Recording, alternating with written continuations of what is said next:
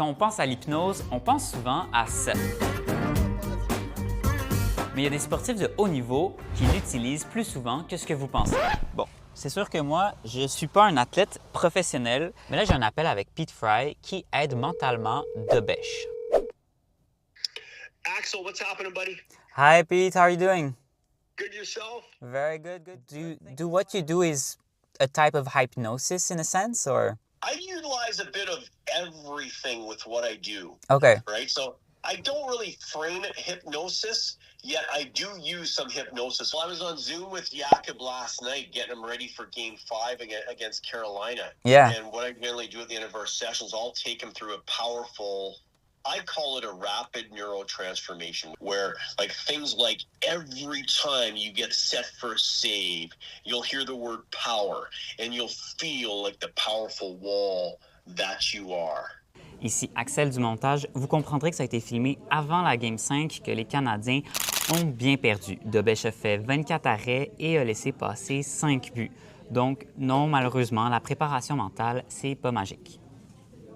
I've used this with tons and tons of goaltenders because I think people are generally scared of it. They don't know what it is. Yeah, it's kind of linked to magic or bit, like most of the time. Exactly. Yeah. La Société d'hypnose du Québec existe depuis les années 80. Sauf que l'hypnose, c'est un peu associé dans l'esprit collectif au fait d'endormir quelqu'un ou un peu à la magie. Tu es maintenant un sanglier. Les athlètes sont quand même reconnus pour s'occuper de leur corps, mais le mental aussi, ça peut être important, surtout quand tu es rendu à un haut niveau. Je sais pas exactement à quoi ça ressemble, mais je suis un peu curieux, donc là, on est à Saint-Lambert. On va parler à une hypnothérapeute. Et les gens souvent ignorent que l'hypnose peut être un outil formidable pour la préparation mentale. Il y en a qui vont vouloir améliorer leur performance sportive. Il y en a qui arrivent souvent avec un problème. L'état d'hypnose amène une grande concentration, une focalisation pour, par exemple, se couper du bruit ambiant.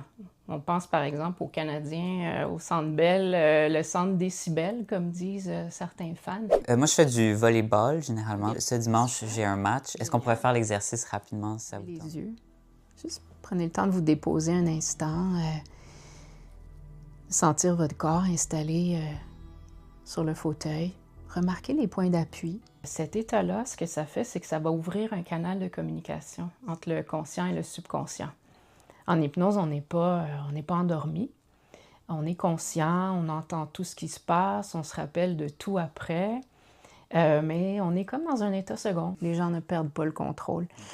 Et puis de toute façon, en hypnose, on ne peut pas faire à quelqu'un quelque chose que la personne ne veut pas faire. J'étais un peu sceptique, mais j'ai l'impression d'être loin, là. Donc, c'est terminé. L'hypnose, c'est peut-être pas pour tout le monde, mais ça peut fonctionner chez certaines personnes. J'ai été surpris. J'ai quand même été dans une sorte de transe pour un tournoi de volleyball dimanche. Peut-être que ça va aider. À voir. C'est important de rappeler qu'au Québec, il n'y a pas d'ordre professionnel d'hypnothérapeute. En gros, ce n'est pas des psychologues certifiés et si vous avez des problèmes de dépression ou encore des problèmes psychologiques, il faut aller voir les bonnes personnes. Mais les athlètes professionnels en profitent en ce moment et peut-être qu'un jour, les amateurs aussi vont s'y mettre.